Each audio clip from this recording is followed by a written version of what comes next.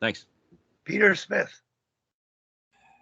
Gardner, obviously, super job in your prep, going up to the tournament, going towards the tournament. I mean, real well organized. I'm not surprised in the least, how comprehensive the prep was. I'm interested to know, kind of moving on, and once you got to the tournament, once you got to the games, kind of what your approach was going into each game, your delivery of the feedback to the players, the adjustment that you made, because, obviously having the team for a month and preparing, but now you're playing games that are meaningful, and, you want to make sure that the players have, figured out what it is that you wanted to do over the course of that month. And then, were they doing it? What kind of feedback were you giving to them? How were you approaching the games, I guess, is the bottom line, what I'm interested in. And I think that, Peter, you've been to a lot of national championships. So I think this is where that experience really helped, because now we're down to similar to what we would be at UNB. We'd have a week before the nationals. Right. And wherever they were. So now we've got kind of like that 3 weeks of foundation in. We're getting fitter. We're getting more concepts. They know the drills more. We're practicing faster. We're getting more competitive. Our games, there's a couple of fights in our scrimmages, things like that. So they're competing harder and things like that. And they're, and so it's coming together better. But it's the unknown. And TSN does such a great job of broadcasting the other series. And so now you're watching Hamilton play and go, oh my God, they're good. Like you see Mason McTavish and who's who. And I went over to the game, PEI and Shawinigan game number 2 to watch it live. And, Shawinigan's playing tremendous. They got 2 players there that are just, and Charlottetown probably was the better team, but these 2 players were the better 2 players. And they're really good. And then, stay up late enough to watch Edmonton, and holy smokes there, like, because you're thinking, okay, is there one kind of team that at least we can get one win here, but we got 3 dynamite teams. But again, it's all about us, because so we didn't really, we had the scouting report from Rocky, and he did a great job of that for us. And, my assistants, it took more than maybe the technical. I'm still on our plan, what we want to do as a group. And it's funny when you look back, we had our last scrimmage out at the Q-Plex, and again the last 5 minutes we'd have like 6-on-5 or 6-on-4 at the end of the scrimmage, and we were playing this other team, and we'd give one line to the other team. We'd have 3 of our own. We had a good group together on the other team, and I remember they scored with like 1:30 left to go ahead. And I'm son of a gun. And, we got our guys more serious about this game. Like they wore suits and ties to the games and dressed up like it was a real game. Like we'd have a pre-game skate in the morning. We do everything like a real game, but it's, obviously it's not a real game, but we tried to mimic as best as possible. So we're down, but just the way it worked, they had to pull their goalie. They had the 6-on-5 at the end.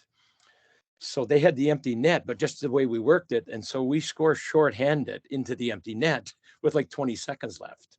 And our bench exploded that we tied it. So now I'm thinking, okay, now they're invested here. Yeah. Like they're emotionally invested. They want to win. And I think that's, as coaches, like creating the difference between winning and losing is one of the biggest things we can do as coaches, that there's a difference. And then I remember we went to 3-on-3. And our team, we scored a spectacular 3-on-3 goal. And our team jumped off the bench and right on the ice and mobbed the guy that scored the goal. And I'm thinking inside, you think, okay, they're starting to care, about winning. And even though it was a little thing, to me, it was okay. We're on the right track here. And I remember one of my, I went to see, I had some of my former players that are playing pro and some of our UNB guys. And I remember one of my guys said, Coach, I haven't seen you so excited that you're doing the pumpernickel off the bench on a scrimmage. But the players were excited. I had to be excited. Why wouldn't I be? And I remember, we do a few little things, after games and stuff. And I remember going in the dressing room and the dressing room was like, you could see in their eyes, they were excited. That they had won the game. They put the ice, the battle in. It was a really good scrimmage. as far as scrimmages go. But it was a little thing like that. I said, okay. So then, preparation, then you're looking at everything. To me is all about the game number one, and that's on a Tuesday night or Wednesday night. And initially we weren't. They had two teams practicing in our arena at St. John, and two of us had to go to the Qplex. And like I'm following the schedule all along, whatever. But at that time, we went to the guy, and he, I understand, what the other two teams in our rink, but I said we need to practice. We're playing in our rink tomorrow. We don't need to be in another rink, and I think it's important to practice in your own rink. So they said, okay, you'll have to go earlier. You'll have to go at 9 o'clock because Hamilton's on at 10. And I said, we only wanted 30-minute practice before the day anyways. So, and we were used to practice at 9 anyways, because one of our segments or two of our segments were 9 o'clock practices, so, which meant really early mornings coming from Fredericton, because I drove every day back from Fredericton to St. John. So that was early mornings to get there, early and things like that. But anyways, it worked out. We had, our practice. Yeah, I always make nowadays, like in the olden days, it was always a pregame skate. Now, there's the jury's out on that. Is a pregame skate valuable? What's the purpose of it? Players play all these games and stuff, but I asked what they did, and they had like kind of a optional pregame skate. They could come if they wanted. They didn't have to if they wanted, so. But I just thought, like, it's a long day, first game of the Memorial Cup, and the group here for the most part now, it traded for Vincent Sevigny, and our goaltender, they both had won the Q championship last year. But the core of this group, the guys for 4 years haven't won a playoff series. The 4-year vets, the 5 of those guys haven't won a playoff series. And so you're looking, okay, and it's a tournament, it's not a series. But, so I thought it was important that we do a pregame skate. And I go back to Andy Murray, was a mentor of mine in Western Canada when I started coaching. And he was always the 13-minute pregame skate when he coached LA Kings and different things. So I've incorporated the 13-minute pregame skate. Coach Mac pregame skates 13 minutes. So I said, listen, we're only going 13 minutes, but we're going to go. And so I think it was just too long a day without skating. We were at the Hilton Hotel, which is 10-minute walk. Guys could come to the arena and stuff like that. So we had our pregame skate in the morning. One thing I think, and it's different because ours is a tournament, it's not a season. The video is so paramount now. But and the video is real key, obviously. But I said, like, when the guys come to the rink at 5 o'clock, some come earlier, but they have to all be there at 5. I said, we don't have any video. So, the power play guy and the penalty kill, they want, the video is a key part of your opponent. So I said, like, if you want to show it after a pregame skate, show it then. If you want to show it at the hotel after the pregame meal, show it then. But I just, again, going back to clarity and simplification, I said, we want to make really simple for the players on game day. So I think, the game day skate was good. They all walked over together. They all left together. They, had the meal together, had their rest, and then they came to the arena. And then, I have a little talk maybe at 5:25 or so. That was it.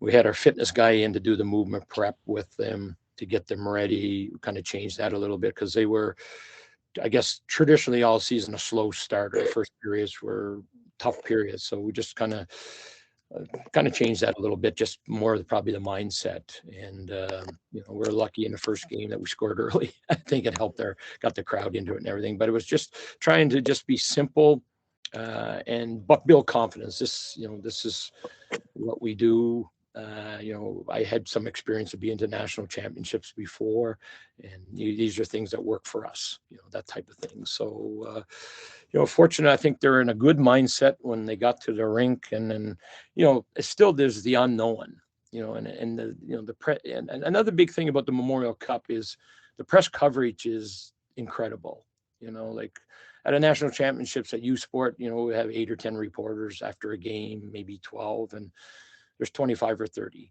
at the Memorial Cup. And I remember the day before press conference, and they asked, how you think your team's going to do?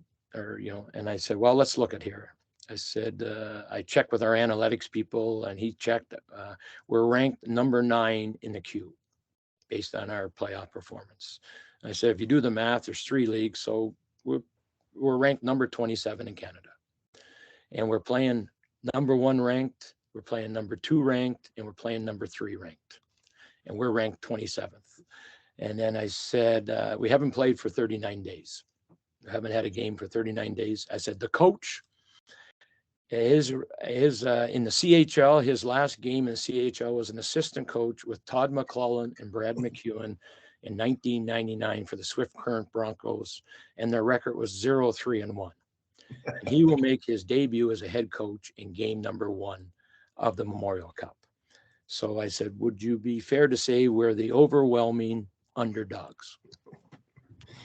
So that's how we had the mindset. Now, of course, I didn't say that to the players because the players are saying, "Hey, we gotta." But again, it's the unknown, and we knew we were going to play a really good team. Like Hamilton, we'd watched them. Rocky had scouted them extensively. They have tremendous players. So